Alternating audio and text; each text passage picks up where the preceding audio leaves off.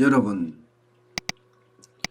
나라 빚이 조만간 5천조를 넘어설 거다. 이렇게 국제결제은행이 예상을 하고 있습니다. 제가 연초인가요? 이대로 가면 나라 빚 5천조 넘는다는 그런 기사를 제가 여러분에게 취재를 해서 브리핑을 해드린 적이 있는데 이제는 실제로 그런 경제 지표가 나오고 있네요. 국제결제은행이 지금 이야기한 거예요. 지난해 말 기준으로 보면 가계부채가 1827조, 그리고 기업부채가 1954조, 정부부채가 758조, 이거를 다 합치면 4,539조 원이다. 이렇게 얘기를 하고요. 이 규모는 국내 총생산, 그러니까 GDP의 237%다.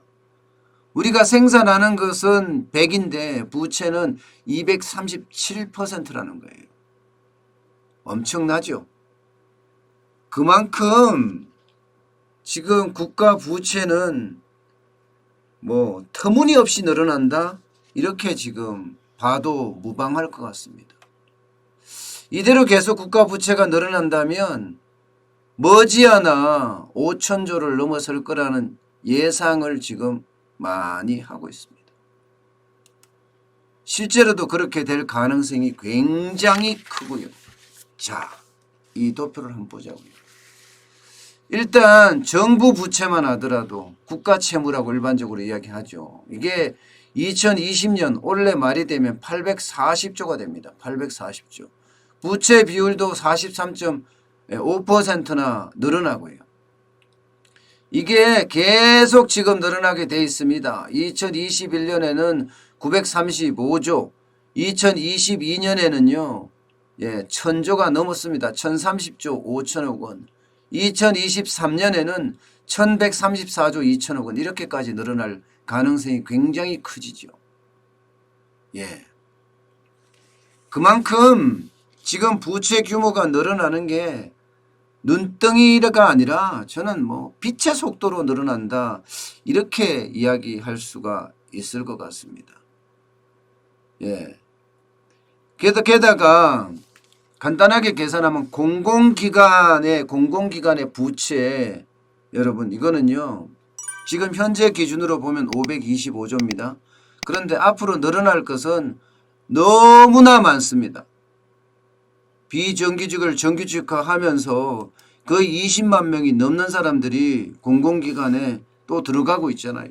그러면 인건비가 그만큼 늘어나니까 부채는 더 빨리 확대될 가능성이 굉장히 큽니다. 여기에다가 한국은행이 발표한 자료를 보면요. 가계, 기업 이렇게 포함해서 민간신용이요. 3월 말 기준으로 3,866조입니다. 3월 말 기준으로 민간신용이 3,866조예요. 단순하게 계산해도 5천조가 넘죠. 단순하게 계산해도. 이만큼 부채가 엄청나게 늘어나고 있다는 뜻입니다. 물론 이 부채를 계속해서 많이 내는 게 정부예요. 정부. 문재인 정부가 지금 이렇게 내고 있습니다. 문재인 정부가. 현금 살포 엄청나게 해왔잖아요. 대통령이 되자마자 2017년, 2018년, 2019년 이 현금 복지 정책, 현금 살포가 진짜 무서울 정도로 늘어난다 이렇게 이야기할 정도로 많이 풀었습니다. 여기다가 코로나19가 터지니까 긴급 재난지원금을 풀고 추경을 풀고 추경도 1차, 2차에 거치는 것이 아니라 3차까지 마구마구 풀었습니다. 심지어 3차 추경은요 35조 1천억 원이나 되는데 여당 혼자서 그냥 3조 원이나 추가시켜가면서 마구마구 지금 풀었어요. 국회 예결특위 보고서에서요 4년간 국세 수입이 정부 예상보다 50조 이상 줄어든다고 이야기를 했는데도 국회는 아랑곳하지 않습니다. 진짜 여기서 아랑곳하지 않는다는 게 중요합니다. 그야말로 돌만 풀면 된다고 그렇게 생각을 하는 겁니다. 돈 푼다고 능사가 제가 아니라고 이야기했잖아요. 돈이 푸는 게 맞아요. 저는 여기에 동의합니다. 예, 지금 뭐 수요 측의 문제도 굉장히 심각하고 공급 측의 문제도 심각하니까 돈을 풀러서 오히려 수요를 살린다. 저는 이 부분에 대해서 뭐 제가 노하지 않습니다. 그런데 무차별적으로 살포한다는 게 문제라는 거예요. 우리가 달러도 아니고 위안화도 아니고 앵화도 아니고 유로화도 아니에요. 쉽게 말하면 기축통화가 아니란 말입니다. 원화는 제한적이라는 거예요. 때문에 돈 푸는 것도 제한적으로 해야 된다는 겁니다. 제한적으로 하지 않고 이렇게 무차별로 풀잖아요. 이거요. 제가 생각해서는 자칫 잘못하면 이 부채가 그야말로 뇌관이 돼서 뻥 하고 터질 가능성이 굉장히 큽니다. 실제로 이 부채에 대한 지금 뭐라고 이야기해야 되나 연체율 급등 지금 일어나고 있어요. 저는 이게 실물 경제가 2차 충격까지 가해지면요. 지금 1차 충격으로 끝나고 뭔가 경제 봉쇄에서 좀 풀리면서 수출도 좀 나아지는 모양새, 소비도 좀 나아지는 모양새 이렇게 보이고 있습니다. 그런데 코로나19가 더 확산돼서 전 세계적으로 2차 팬데믹이 난다면 실물 경제 2차 충격이 갈 거예요. 저는 이미 그렇게 갈 거라고 예상을 하고 있고요. 2차 충격이 왔을 때 금융이 괜찮을 건가? 저는 금융에도 굉장한 위기가 올 수 있다고 생각하거든요. 지금 정부가 자영업자들이나 영세 중소기업의 대출 만기 연장해놨습니다. 6개월. 2월부터 연장을 해놔서 이제 빠르면 9월이면 다 끝나요. 그러면 대출 원리금도 갚아야 되고 이자도 갚아야 됩니다. 그러면 10월에 경기가 좋아져서 7, 8, 9월에 경기가 좋아져서 10월 달에 중소기업이나 자영업자가 돈을 갚을 수 있으면 다행이지만 만약에 돈을 못 갚으면 그때부터 위기라는 게 시작된다고 시작했습니다. 이게 금융권의 위기로 간다고 제가 말씀을 드렸어요. 예, 그만큼 지금 정부는 이게 대출 만기를 연장 또 한다는 이야기가 있는데 결국 위기를 뒤로 미루는 그런 결과밖에 저는 초래되지 않는다고 생각합니다. 지금 자영업자가 당장 경기가 좋아질 리가 없다고 생각하거든요. 코로나19 이전의 세상은 이미 갔다. 코로나19 이후의 세상만 남아있는데 그때는 아무래도 이제는 이렇게 꽉 막힌 그런 공간으로는 안 갈 거다고 그렇게 봅니다. 예. 그렇기 때문에 연체율은 점점 늘어날 거다 이렇게 지금 보고 있는 겁니다. 그만큼 어렵다는 거예요. 신용대출 지금 역대 최고로 급증하고 있죠. 물론 대출을 막았기 때문이기도 하지만 그만큼 어렵다는 거예요. 여기다가 가계의 처분 가능 소득 대비 부채 비율이 163%입니다. 163%. 내가 돈으로 만들 수 있는 그 내 자산이 다 합쳤을 때 100이라고 했을 때요. 부채는 163이란 뜻이에요. 이거 2007년 1분기 이후로 최고로 지금 치솟고 있습니다. 부채 비율이 이만큼 치솟는다는 것은요. 결국은 굉장히 어려워질 가능성이 커졌다. 지금 이렇게 봅니다. 결국 가계 부채가 폭탄이 될 수도 있다. 이런 얘기예요. 그만큼 어려워지고 있다. 한국은행도 지금 그렇게 예측하고 있어요. 한국은행도 코로나19가 연말까지 내려가면요. 최대 76만 가구가 파산을 한다. 이렇게 예상을 하고요. 절반 이상의 기업이 이자도 못 낼 거다. 이렇게까지 예상합니다. 이게 절반 이상의 기업이 이자도 못 낼 거다. 이게 한국은행이 이야기한 거예요. 제가 이야기한 게 아니에요. 이런데도 불구하고 돈을 계속 풀고 막무가내로 살포를 한다고요? 글쎄요. 자, 여러분 제가 그리스 예를 많이 들잖아요. 그죠?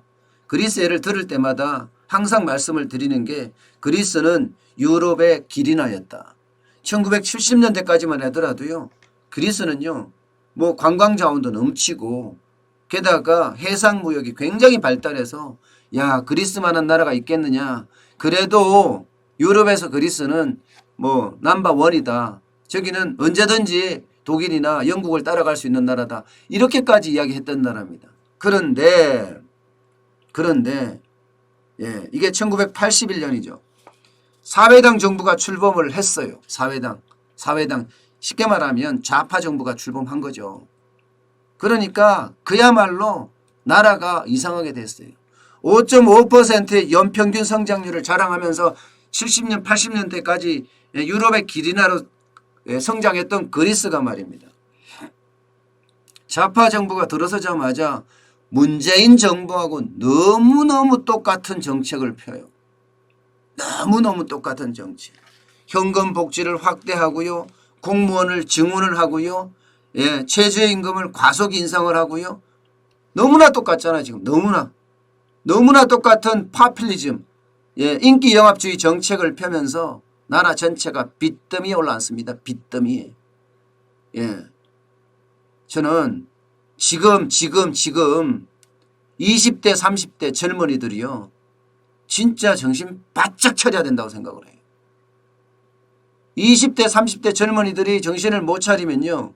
결국 그들이 우리 세대가 됐을 때, 예, 우리 세대가 됐을 때는 빛에 짓눌릴 가능성도 굉장히 크다는 거예요.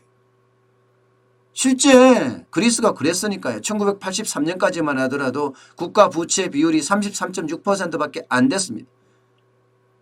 딱 10년 만에요. 100%를 넘었었습니다. 결국은 구제금융까지 받았어요. 구제금융까지.